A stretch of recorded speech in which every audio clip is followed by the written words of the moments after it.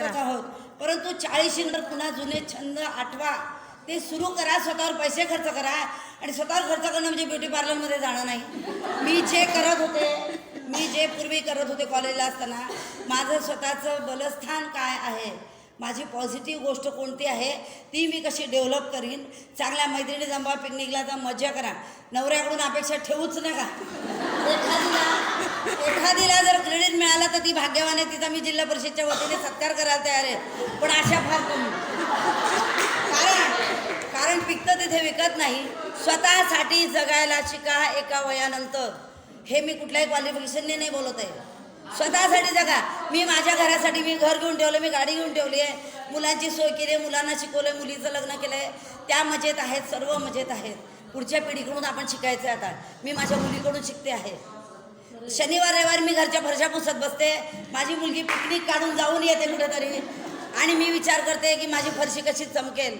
आणि याच्यामध्ये माझी चमक कमी होऊन गेली. तर मुलींना आणि अजून एक मला खंत वाटते की जिल्हा परिषदला पुरस्कार आहे, सर्व पदांना पुरस्कार आहेत, परंतु आदर्श कुठलाच पुरस्कार नाही आहे आणि कुठला इन्क्रीमेंट पण नाही आहे. समाधानासाठी आपण संसार जरूर करत आहोत, करणारच आहोत, पण न कुठता एन्जॉयमेंट, त्यातही एन्जॉयमेंट शोधली पाहिजे. आपले जुने छंद, आपल्या जुन्या मैत्रिणी शोधा, काहीतरी कुठेतरी फ्रीक आउट करा, मजा करा.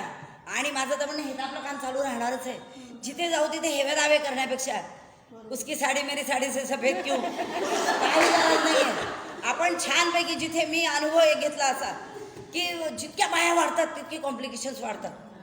म्हणजे जिथे स्टाफमध्ये बायका वाढल्या, म्हणजे मी जेव्हा 5 पुरुषांमध्ये काम केलं, मी त्यांची मुलगी त्यांची बहीण बनली. जितक्या प्रमाणात बायांची संख्या वाढत गेली, कॉम्प्लिकेशन जास्त. ही शाणी ती शाणी. अरे आपण एन्जॉय करूया ना, जेवढी वर्ष सोबत आहोत आपण सोबत काम करूया, काही क्षण आपण यादगार बनवण्याचा प्रयत्न करू. नाही, ती ना अशीच आहे. सोडू आपण या गोष्टी, आपण टिपिकल बायका बनणं सोडू. आपण बाहेर पडलो ना, आपले बायकी स्वभाव घरी टाकून येऊ. जिचं जे चांगलं आहे ते मान्य करून आपण, एखादी सुंदर असेल तिला सुंदर म्हणा, एखादीचा ड्रेसिंग सेन्स चांगला असेल, एखादी टापटिपीची आहे, एखादीचा स्वभाव चांगला आहे, हे आपण कधी जाणून घेणार. आपण नाही घेत, आपण फार हेवे दावे करतो. आणि हेच आपण टिपिकल बायकेपणा जो आहे तो अजून आपण थोडासा बाजूला टाकूया. आपण एकमेकींची स्तुती नाही करू शकत. आपल्याला लगेच असं कॉम्प्लेक्स येतो की ही माझ्यापेक्षा छान आहे. आणि मी माझ्या आयुष्यात हा बाळगलाच नाही. माझ्या स्टाफमध्ये अनेक देखण्या बाया होत्या, अनेक सुग्रणी होत्या, अतिशय आदर्श बायका पण होत्या. मी त्याचा बाळगला नाही. म्हटलं मी आहे ना, मी जशी आहे तशी आहे. माझ्यासारखा एकच पीस आहे जगात, दुसरं नाही. त्यानंतर एक आपण हे लक्षात घेतलं पाहिजे, आपण बायकांनी बऱ्याच गोष्टी बाजूला सोडल्या पाहिजेत. त्यामुळे आपण काय करतो, घरी पण भानगडी करून घेतो, तिथे डोकं आऊट केलं की तिथे हेडमास्टरची डोकं लावतो. त्यानंतर एकदा पालक येतो त्याच्याशी डोकं लावतो. त्यापेक्षा आपण जर छानपैकी सगळ्यांना भेटण्याचा प्रयत्न केला, मी करते माझ्या परीने प्रयत्न.